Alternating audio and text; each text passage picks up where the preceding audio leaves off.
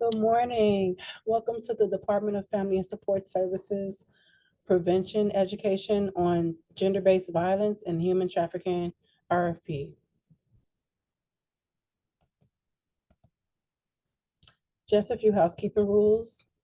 Due to the volume of participants, everyone has been placed on mute. Please submit your questions via the questions box and we'll respond to questions at the midpoint and end of the presentation.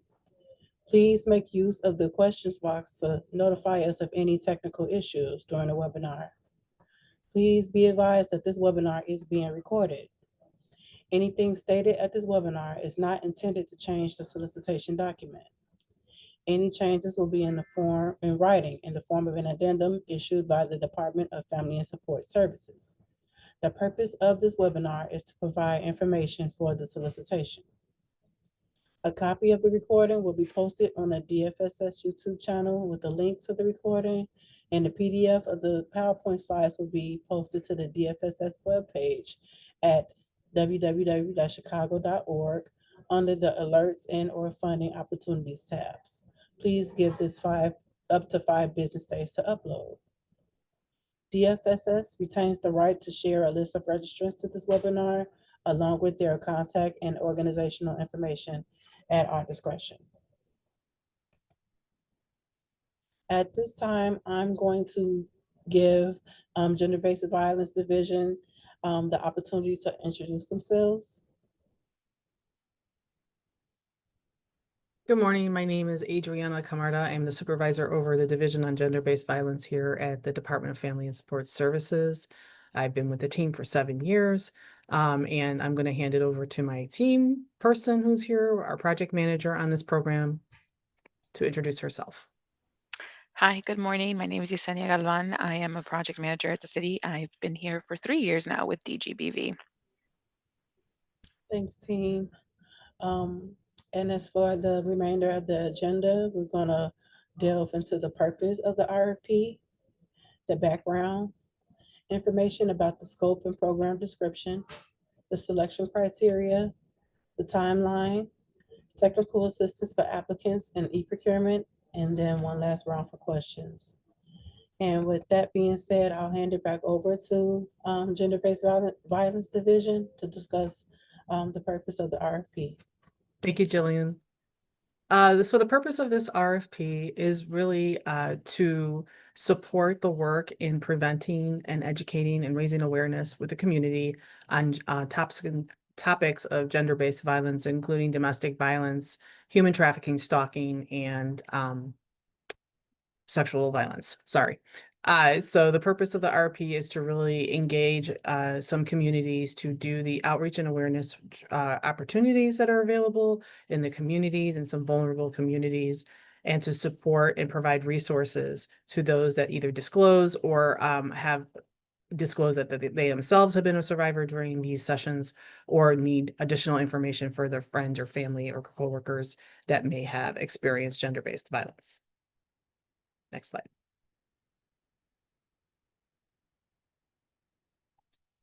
Just a little bit of background on this particular prevention program model that we are releasing this RFP. With the ARPA investment in the post-COVID space, we launched a program that did this work and did prevention work in some vulnerable COVID-related communities. And based on this work, as you'll see on the right-hand side, there are some lessons that we've learned both with our cohort and here at the GBV team, and that first of all, our very small prevention portfolio reached over 1,600 people during the year and a half that they launched this program. We learned that prevention programs don't necessarily have to cover all topics of GBV. They could be focused on one particular topic and provide a general overview of the others to be effective and to be engaging. And the third thing that we learned is that in order to be effective in engaging, your program or your activity has to sort of capture their attention, the general public's attention, or youth attention, or subpopulation, and have some sort of engaging mechanism or method or delivery to really make sure that people are retaining and understanding the definition of gender-based violence and how it could be impacting their life. So we are committed to this program to sort of Although we primarily fund victim services or survivor services, we're really committed to this program to educating the general public, specifically youth or other caregiver individuals, about what gender-based violence is, to put words to what they are experiencing and feeling, to be able to connect to resources that they may not have known are in the community, in their community or in the city. Next slide. The RFP also goes over the current state and priorities for improvement. Prior to the ARPA program, or the program that we launched, the city had not really been funding any GBV prevention. We talked about the city as doing prevention work, but there was nothing specifically around domestic violence or healthy relationships or human trafficking or stalking or sexual violence. Although our victim services, our survivor services that we fund in the domestic violence space previously did do outreach activity, it was all centered on interpersonal violence or domestic violence only, and very limited into other types of GBV. And so we really found an opportunity to really expand past the intimate personal violence relationships and talk about sexual violence that people are experiencing, stalking, especially with, the explosion of social media in the past 2 decades, and also human trafficking, both sex and labor trafficking. Next slide.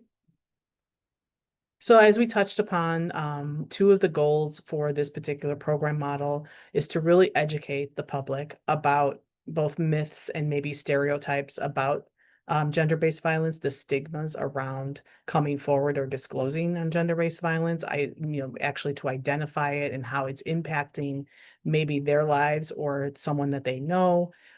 Give them examples of what healthy relationships should look like, both intimate partners, maybe caregiver relationships, and even roommate relationships that we found has been emerging. And there's been, the same cycle of violence occurring there, and to prevent long-term negative consequences of not understanding how violence can impact your life.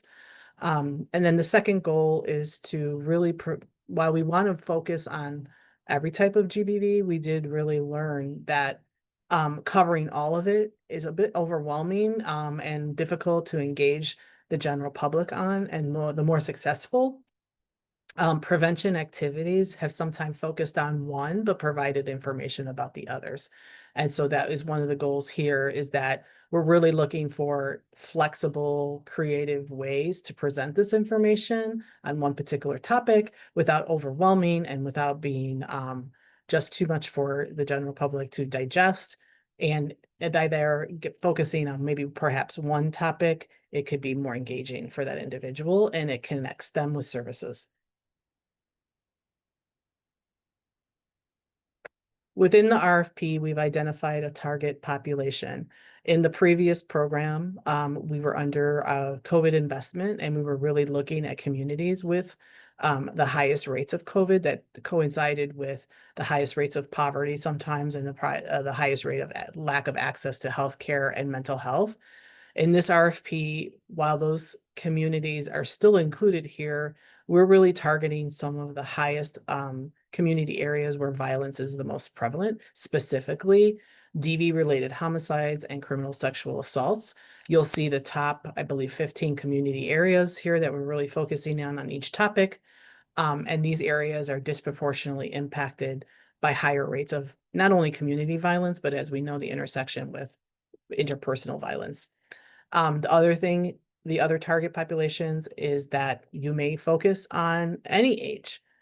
We are looking for youth and teens or young adults as well as adults, or you can do all ages.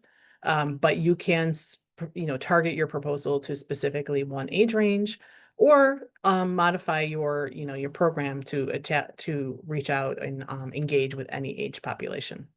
And then finally, there is our priority populations, because regardless of age, we are looking at agencies, proposals, and programs that really target our LGBTQIA plus population, our non-English speaking communities, and how to be culturally responsive to those communities, and sort of connect to them on a cultural level, people living with disabilities, and maybe even older adults. Next slide. Now we'll delve into a little bit of the program requirements that you'll find outlined in the RFP. This particular slide will be talking about the types of prevention activities that DFSS and the GBV team is looking for. We're obviously looking for, education and awareness on all types of gender-based violence, but we are providing you with the flexibility to describe to us your mode of delivery and the content.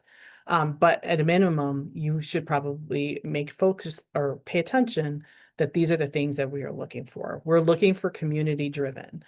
We're looking for programs that are embedded deeply into a particular community that we listed in the previous slide to be able to provide targeted education to that community. We're looking for programs that can help identify and address the various types of GBV, and all of them it's at least discussed. While you can focus on one particular one in any one activity, we were looking for an organization that can still probably do at least in depth one of the types of gender-based violence. We're looking for you to acknowledge the intersectionality of racism and gender inequality in GBV, incorporating some historical context about violence against women and violence against particularly BIPOC women. We're looking for an outreach and communication and recruitment strategy. We'll be looking at how you're going to be promoting your sessions and your activities and your work in that very targeted hyperlocal community.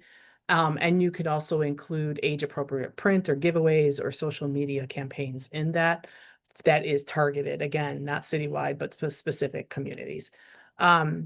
Using best practices on how to provide and the mode you use in your curriculum on how to engage with whatever target population you're choosing to propose, whether that be youth, whether that be older adults or general public. We'll be looking at how you're incorporating that in best practices into your curriculum. We want them to be tailored to your organization's primary participant and cultural and linguistic specific abilities, but also accessible to the community being engaged. So if you're in a highly Black and African American community, we want to look and make sure that your organization reflects what survivors look like in that community. The content and activities must be offered and available in multiple languages if you're targeting a population or a community area that we listed that has multiple languages present in that, and cultures present in that community. Okay, next slide. Another program requirement is having follow-up resources. At a minimum, we would like to see the resources be the local or national hotline or follow-up local resources. But we also want to see that you have, if you're proposing to work in community areas, that you have hyperlocal resources also in that community to be able to refer or provide as resources in your content. You should provide supportive services during these activities in case there is an event of disclosure or multiple disclosures. You should have a memorandum of understanding with an agency who can provide supportive services. So to give you an example, if you're doing an activity on labor trafficking, your content should have obviously local resources or city resources on human trafficking. But if someone discloses that they have been experiencing labor traffic, you should have a partner agency that you can refer that person or within your own program. You should be discussing in your content how to respond appropriately. I'm sorry, you should be discussing in your proposal how you're going to respond appropriately to these disclosures in a trauma-informed way, and to be able to connect them, how you're going to be able to connect them to this partner or directly into your services. You should be describing what sort of takeaway materials and information you're going to be distributing during these either outreach activities or in these sessions. And finally, listing in your proposal what community level resources you have in the target community areas that you have selected, and how are they appropriate and how are they available to all linguistically to all the members of that community.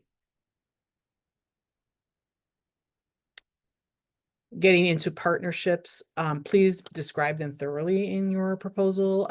You could provide a list, but we're also looking for you to describe what is the role of that partner in your organization. Don't just provide a list of them, but actually tell us how they impact your program and what you're referring to, whether those handoffs are warm or cold. They should be serving the focused population. So they should be connected to the work that you're describing in the proposal. The type of services, like I said, they're going to be providing. So if your partner is, for example, an agency that does housing, how are they going to connect them to housing? Where does that fit in your intake process or your referral process? Where the subcontractors are located, if you have them, and where they're going to be providing services. We'll get to that in a minute, but you definitely have opportunities to subcontract if you want under this proposal. However, if you do subcontract, there are guidelines around that and that we've listed and outlined in the RFP. A respondent who chooses to subcontract must also include your formal MOU, linkage agreement, or contract.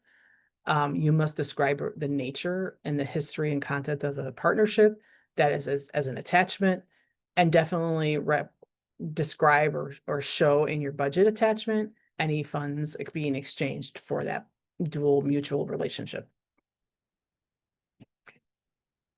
Data collection. This is everybody's favorite topic, right?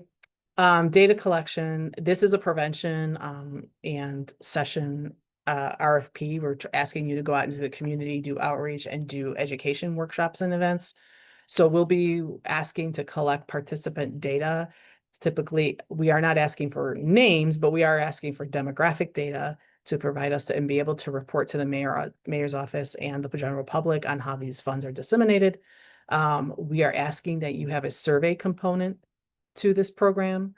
We will probably likely be using maybe one standardized feedback form or survey form, but as we implement or as we launch, these contracts, we will be having cohort sessions to develop that feedback survey so you don't have to do it on your own. We ask that you at least participate in these quarterly cohort meetings with our team as a group to be able to do things like standardize our feedback forms or maybe coordinate where everybody is working in the city. And then finally, participate in any showcase events. If the mayor's office or DFSS has tabling events, we may ask that, or if you would like to volunteer to be at these events, or if we're doing one specifically on prevention, we would let you know way in advance that we would like you to participate. And finally, performance goals and outcomes. We talked about what data we are collecting. This is a prevention activity and education program. So you may only be having maybe one interaction with participants. And so we recognize that there's limited information that you can gather, but we would like, and the goal of the RFP with all programs combined, to collectively reach as many as 1,000 in a year of participants and trainees or event goers, either through your activities or outreach or your campaign. In the survey component or the outcome of this program, we are looking of those that take the survey, 80% indicate that they actually better understand GBV and human trafficking, understand how to identify it and what resources are available. And in the survey component, that they feel empowered to utilize the information that your agency has provided. And that 70% of the participants can at least identify 2 resources that you provided in the activities, in the workshops, to show that it was in a way that was engaging and that they were paying attention and that they're really interested in the information, which most participants are when we talk about gender-based violence, in my experience, because they really sort of relate and connect to maybe some personal experience that they or someone they know has had. And then finally, we may identify other measures in these cohort meetings that will be measured way in advance and on notice and probably developed with the cohort itself. So next slide. Again, how we are going to collect these data and to measure our outcomes. We intend to measure them through the community, reaching how deeply you're reaching the community members, which we'll be doing that by asking where these activities are occurring, and if they're occurring in the community areas that we have identified. We'll be asking that, we're determining that through basic demographic data to ensure that the demographic data that you're providing matches or aligns with the community area you're saying you're serving. The number of activities that you'll be doing, we'll be measuring on that, and the content of each prevention activity. The amount of materials that you distribute or the social media or online marketing that you use, we'll be measuring it against that. And for ages, like I said, agencies that are engaged in social media, how many clicks or how many posts and things like that that your program posts will be used to monitor how actively you're engaging with the community, even online. And then, of course, we have a floor for how many surveys we would like to collect. If your program is proposing to, reach 100 participants, we would like at least 50% of those 100 participants to actually complete the survey and submit those. Next slide. Now we get into how the GGBD team and DFSS will evaluate your proposal. I think this as having gone through a larger RFP just recently, this is all fresh in my mind as well as burned into Yesenia's mind about the selection criteria. DFSS RFP essentially gives you here in a series of 5 categories what we'll be scoring your RFP on. And all of these selection criteria will be things that we are asking you to respond to in the application questions. We would like you to address all of these, 4 bullets or 5 bullets that you see under every criteria. And we would like you to address all parts of the question. So under community involvement, which it's in the RFP, tells you exactly how many points out of 100 of your application will be scored on your community involvement. Again, we are looking for a respondent who clearly understands what gender-based violence and human trafficking is, how it impacts vulnerable populations, such as BIPOC women and girls, and how that target population, what they look like, and what are the barriers and the strengths that you see in your particular community area that you are choosing to propose to serve. The second bullet is, how are you working with this target population? What sort of activities and resources are you offering up to them that engages and retains this particular population into your program? And then how do you demonstrate a commitment to diversity, equity, inclusion, and access in your own leadership and in your own staff of your area, of your agency? And then finally, that you show that the community areas you're proposing to serve, that you're embedded in those areas, and you can demonstrate that you have the ability to serve those areas thoroughly. Community involvement. The next selection criteria is organizational capacity. In the RFP, you will see how many points or what the ratio is of how we're measuring your proposal against organizational capacity. We are looking that you have qualified staff, a program oversight, and an ability to hire staff quickly in case there is staff turnover. In this area, we'll be looking not only at your response, but you are also required to submit job descriptions, certifications, or resumes of current staff on this bullet. And we will be looking at those to ensure that what you're proposing, the staff that you're having at the agency is able to provide this information in a trauma-informed and culturally respectful way. The second bullet are, do you have adequate systems to support, your fiscal monitoring and your program monitoring? The third bullet, can you demonstrate that you protect client confidentiality, consent, and that all of this data that you're collecting follows the regulations under some state laws that cover client confidentiality, like the Illinois Domestic Violence Act? Or how are you securing this very, sensitive information to protect the client and to protect, your staff on who has access to this information? And then finally, how do you demonstrate ongoing and relevant training for staff? It's great to provide, certifications sometimes for staff who have been in the work for a long time, or maybe you're onboarding staff and providing them training at the beginning when they come on board. But what is your process of regularly training staff for cultural competency or other trauma-informed work and ongoing training and professional development? Next slide. Strength of program. In the RFP, you will also see the point allocation to this selection criteria. It is the largest points that you could get under the application. I believe but there are still only 4 bullets, and you'll see that the bullet words are longer. With obviously in this section, you'll probably see multi-part questions. And so, in the first bullet, you'll see that we want you to clearly describe your program from when the client comes in, being referred or walk-in or whatever. In this particular instance, it'll be like what your outreach activity will be, or your prevention session, and how they will be delivered the service, and what will happen at the end for follow-up, or how they will be surveyed. The second bullet is, how do you support national or local best practices in your curriculum? You should describe that, and provide either citations or theories of knowledge on how your best practices actually are impactful in this particular program. The third one is, how do you have the ability to work within the communities disproportionately impacted by violence, your target outreach recruitment? Basically, how do you get your referrals? How do you engage with the population, and how do you retain them in your program? And then finally, the fourth one is your partnerships and your linkages and your formal MOUs. Name them. How do they integrate into your program? Or you provide them as resources, and what is your working relationship, and what do they do for the participant if you connect them with that agency?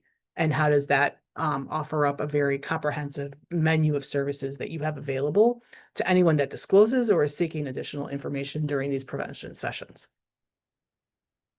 Next, performance management and outcomes. This also has, Yesenia is generously putting the points that are allocated to this program, to this selection criteria in the chat. This one, we are looking, even if you have not worked or done this work for DFSS in the past, you have done likely this work before. We're looking for your past 12 months data to show, are you doing this work, one, and how well are you doing it in the community? But how do you measure success in this particular question? The third one is, how do you use your data and participant feedback for program improvement? And probably provide an example of how you're regularly looking at data, it's being reviewed by somebody at your agency, and you have an instance where it actually informed your delivery. And then finally, do you have the relevant systems, databases, and systems that you need to collect this data, analyze it, like you said in the previous question, and look at it to improve your program? And finally, there's the budget selection criteria that has a point allocation. Here we're looking that, the city does not provide advances under this program.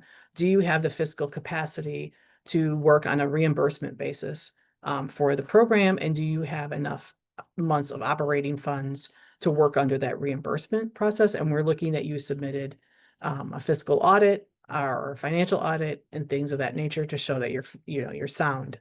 The second bullet is, are your budget, which is a mandatory and required attachment in the RFP, is it reasonable? Does it reflect the program you just described to us? And is the staffing or non-personnel reflective of what you described in the program? And then finally, how does it support your scope of work? If you're asking for a certain amount of money and you're saying that you are going to assist 5 clients, explain why you can only, serve 5 clients or do 5 participants because of this funding request. And we'll get more into the budget later. That we're talking about attachments. I've described all of these things, questions that you have to respond to.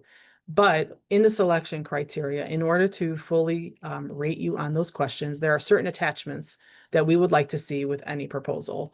One, obviously, is in your best practice research or things you can provide any agency reports, studies, or documentation that show your particular agency's performance, especially if you think you're a new program and you would like to describe what your agency does. You can attach any agency-specific reports.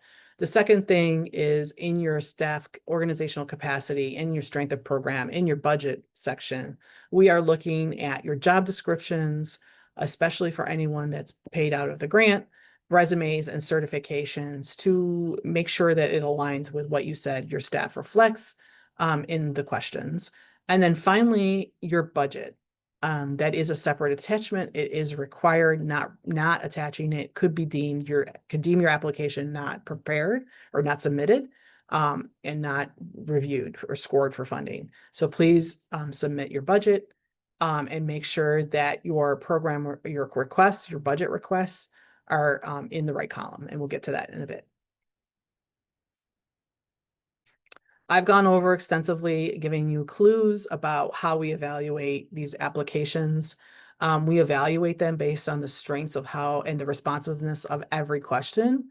So I think in the best terms possible, I can say this to you. Assume that somebody who is the reviewer, the evaluator, the scorer knows nothing about gender-based violence and knows nothing about your agency or your program, and complete the questions as if you're describing them on your website, or describing them to a new hire on your onboarding, and make sure that they understand your journey of a client from A to B, or how exactly your partners support your work and things like that. Explain it like as if we did not, if it wasn't a GBV team member that is reading your application who is familiar with you. Failure to submit a complete proposal or fully respond to all the requirements, we can either reject your application if you don't have the required attachments, or if you are not responsive to the questions, and this is a competitive process, especially this program model, then you will score lower. The commissioner has review recommendation authority and can reject, deny, or recommend agencies that have applied for grants on previous performance and area of need. So the commissioner has the authority to look at a past performance or past expenditures or past anything like that grant related in terms of making this decision. And then finally, DFSS reserves the right that all mandated services are available citywide and provide provide the services in linguistically and cultural appropriate manner. That is means that we are looking at geography when we put out an RFP to ensure that not all of the services are concentrated, for example, in the Loop or in the North area, depending on the program model. All right, very importantly, and I cannot stress this enough, this webinar will be recorded later for view later. Any questions that generate from now until next week, Monday, will be answered formally in an amendment, in a written amendment to the RFP. Applications are due Monday. Is it Monday, July 31st? Or is Tuesday? No, I'm sorry, it's a Thursday. July 31st at noon.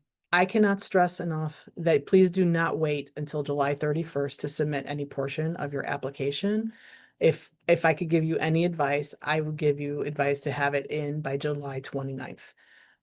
We have experienced, a lot of traffic on days where the RFPs are due. We have 2 other RFPs this day that are due at this time. We've had issues with agencies in the past who try to submit on the day of and are surprised when at noon the system shuts down. It will shut down even if you're in the middle of trying to submit your attachments. I highly recommend that you submit early, and make sure that you get your certification or your submission receipt. If the next day, let's say you submit on the 29th and on the 30th, you recall that you did not submit an attachment, there's still time in the system to go back and revise your submission and add that attachment. But the help desk can't help you, and we can't help you the day of if your application does not get submitted. And then finally, we'll go over a little bit, but this program begins January 1st of 2026, and we'll go over the contract period in a moment. And here we are. The contract is for a 3-year contract with 2 one-year renewals. So this contract will be for 26, 27, and 28. Likely in 28, we may release an RFP again to renew, or we may notify the agencies that we are going to opt for our one of our 1-year renewals or 2 of our 1-year renewals. The total amount available each year under this RFP is $400,000. So that is not as much as we had with the ARPA COVID funding. However, this funding is corporate funded, And this is conservatively what DGBV believes will be available in the 2026, 7 and 8, 28 budget for this program. Budget attachments, I said, are mandatory to your application. If it is not submitted, DFSS reserves the right to not score your application. We would like your budget to cover a 1-year period. So from January 1 of 26 to January 1 of 20, December 31st of 2026. If you submit a budget, I don't know, for $100,000, we understand that that is $100,000 every year. You do not have to submit all 3-year budgets, just one budget for a 12-month period. Please be cognizant of the cost category definitions and the budget forms. The budget form for this application looks pretty similar to our contracting budget and has same budget lines. Be aware of where the personnel goes, be aware of where in the columns where your budget request is and where any sort of match is. We will be only funding you what your request column is and your total request. We'll be using that to consider. Be thoughtful and inclusive when developing your budget to apply your program's actual costs. And then the next bullet is what you'll always hear me say, and what Yesenia hears me say, is I can fund you up to what you ask me for, but not more. So if we do get additional funding in the 26 budget or the 27 budget, I can only really fund you on your request you make to me. So I need to, and I don't mean but DFSS can only fund you what you ask for. We need cognizant of the range, obviously, but be also inclusive to make sure that you are requesting enough to cover your program. Okay. Adriana, just to clarify, because we did have a question earlier, can the Mm-hmm. range of funding that can be requested be confirmed? So the awards would be they can ask up to 130,000? You may ask up to the range. You may ask above the range. More than likely, you will not be awarded above the range, only if there is additional funds in the 26 budget. And I think everybody understands what the city's the challenges of the 2026 city budget is. So what my advice to you is be cognizant of the top of the range if that's what you want to apply at, but don't use that as the ceiling. Don't be concerned if you go a little bit over that, but if there is additional funds, we can fund you above the range. I'm not purposely trying to be vague, but I'm just saying that it is a range, but we're not going to be locked in if there's additional funds. There is another question to answer live. It says the RFP states that the amount is between 100 and 130,000. Is it actually 400,000 a year? It is 400,000 a year, and we're hoping to fund, I believe, 3 to 4 agencies with that fund. And it is $400,000 a year for the total program. So if this is a 3-year contract, it'll be $400,000 available in 26, $400,000 available in 27, and $400,000 hopefully available in 28. But it is also determined on funding.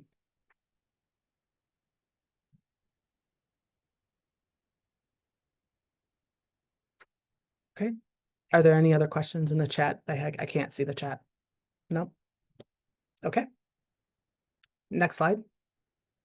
Okay, common application errors. These are some of the common errors that we see or concerns that we have when we receive our applications. And I've already covered this, not answering the question completely. There are some questions that are 2-part, 3-part questions. And I think that some respondents are very keen on answering the first part of the question, but then don't answer the rest. And as I've already told you, we assign points, and each question is a assigned number of points, and not answering 2 out of the 3 questions that have been asked or parts of the question that have been asked will impact your score on that question. The second thing is failure to submit a budget, job description, or resumes.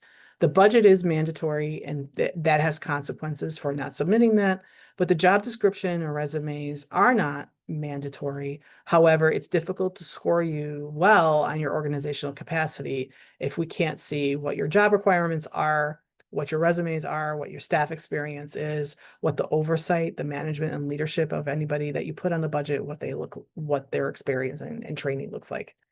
So we ask that you attach those.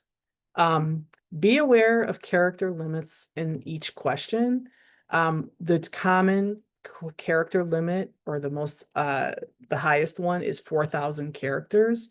So I recommend that you start your question in a Word document and count, and the 4,000 includes spaces, and then put them into the question.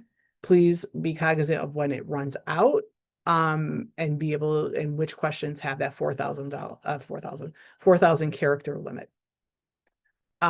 If you can't fit your response into the 4,000 character limit, and you try to submit an attachment for the rest of the response, DFSS has, procurement leadership has informed us that we can't use your attachment. We can only score your answer on the 4,000 characters. Also, some questions have less than 4,000 characters, so be aware of that. And the iSupplier guide can help you with that. And then finally, like I said, respond like the reader does not understand gender-based violence, or your organization or your program. To be thorough with your responses, to get additional, your thoughts across and additional scoring points. I do have another question before you move on to when applications are due. Can these funds be used to fund an entire position? And if not, can we fund someone part-time or even stipends for interns? Yes. This does not have to be a full-time position. This could be someone's part-time, either a part-time employee or a part-time or a portion of their salary. That's it. You're clear on questions. You just to be clear, even after this webinar, you can email. We're going to provide our email information. You can also email us questions later if you don't want to bring that up now. All right, I pass it on to Jillian, right? Yeah, thank you, Adriana. Thank you, Yesenia. Again, applications are due Thursday, July 31st at 12 noon. The cutoff is at 12 noon. We can't stress enough to start your applications as early as possible and to save them as often as possible.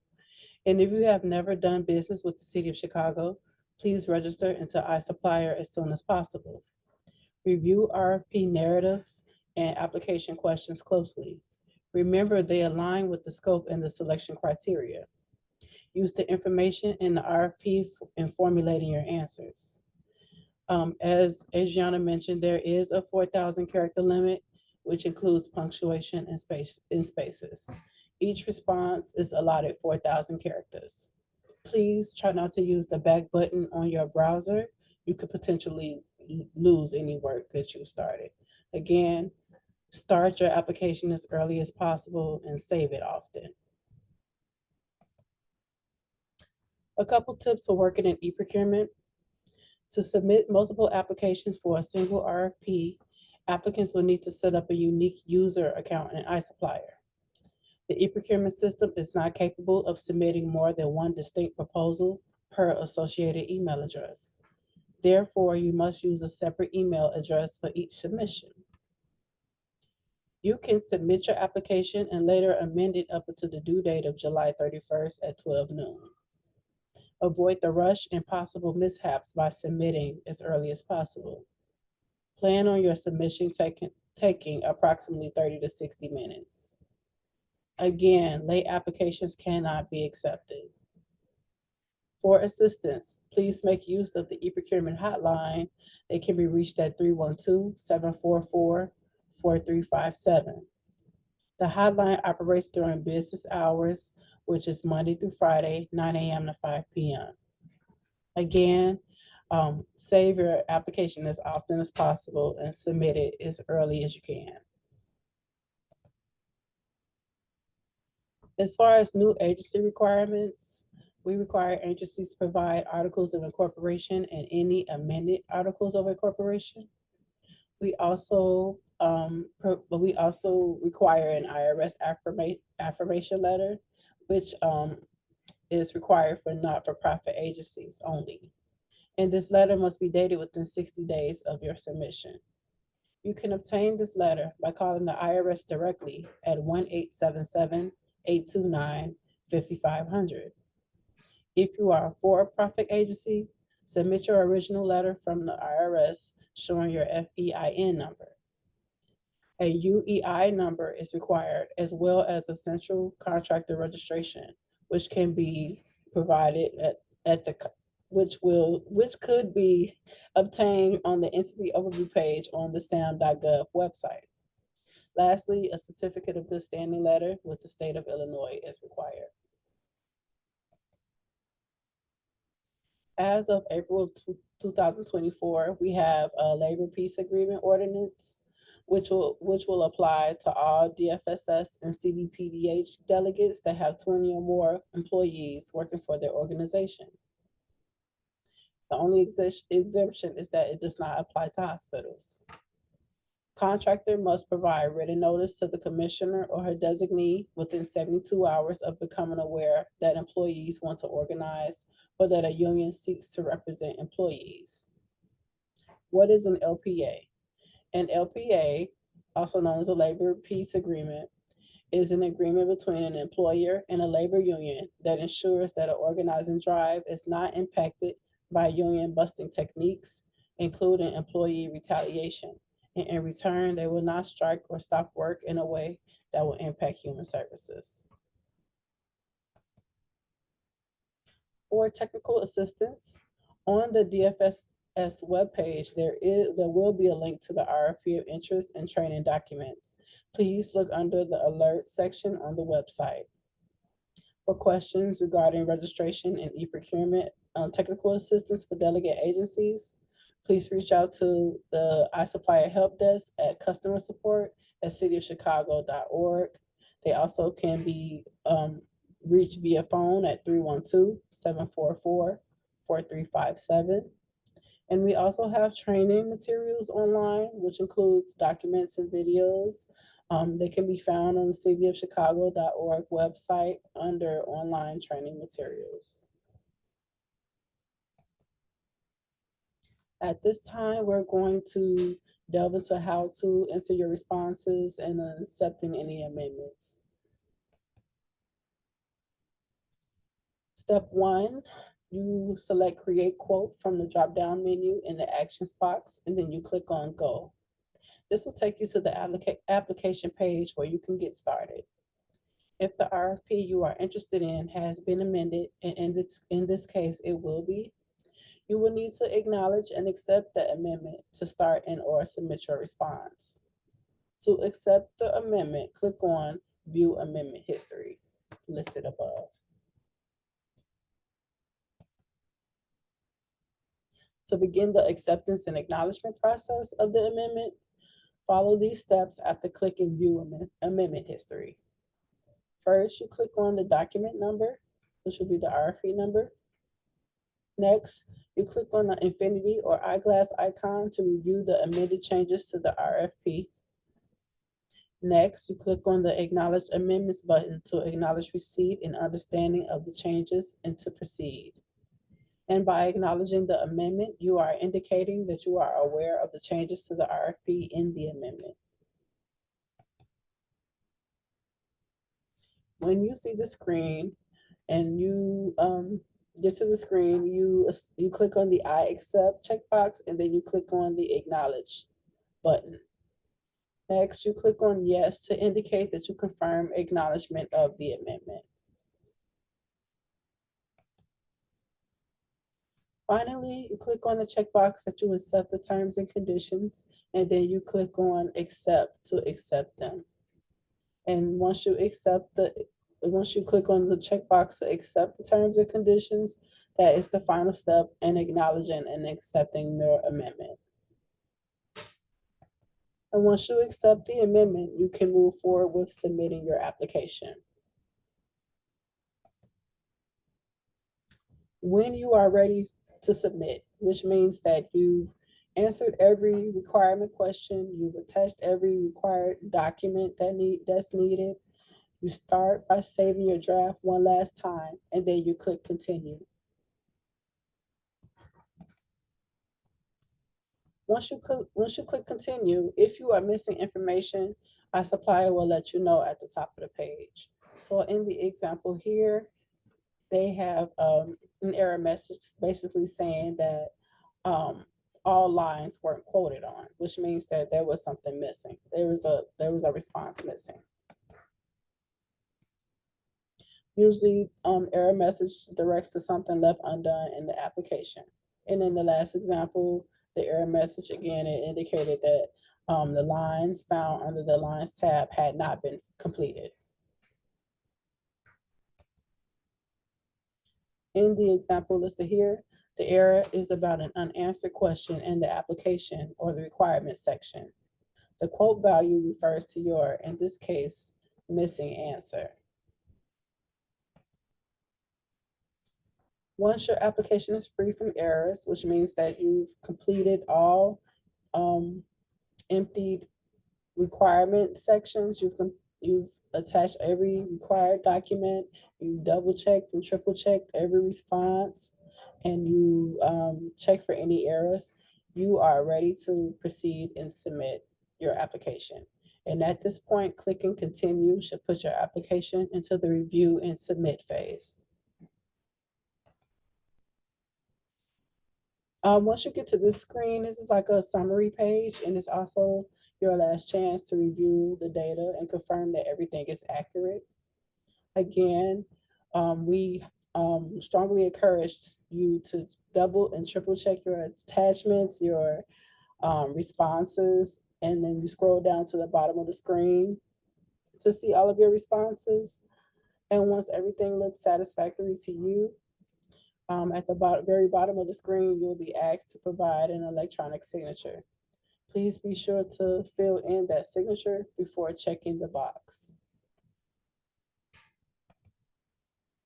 Once you check the box, you are finally ready to submit, which is at the very bottom of the page of the screen.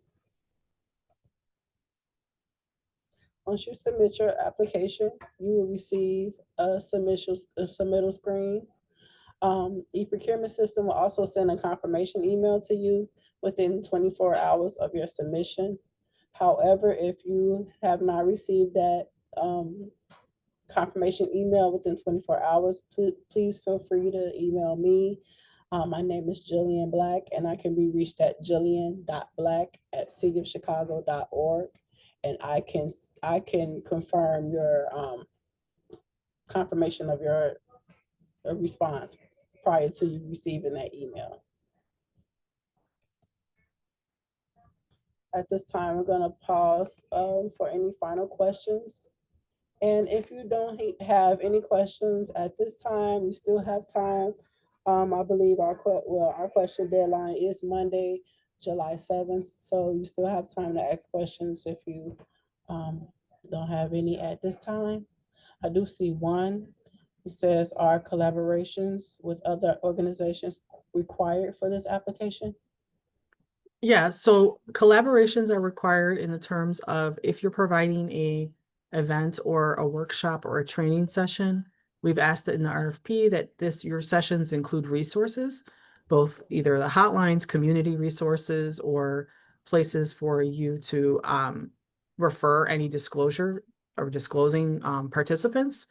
They do not have to be a formal linkage agreement, although we prefer formal linkage agreements.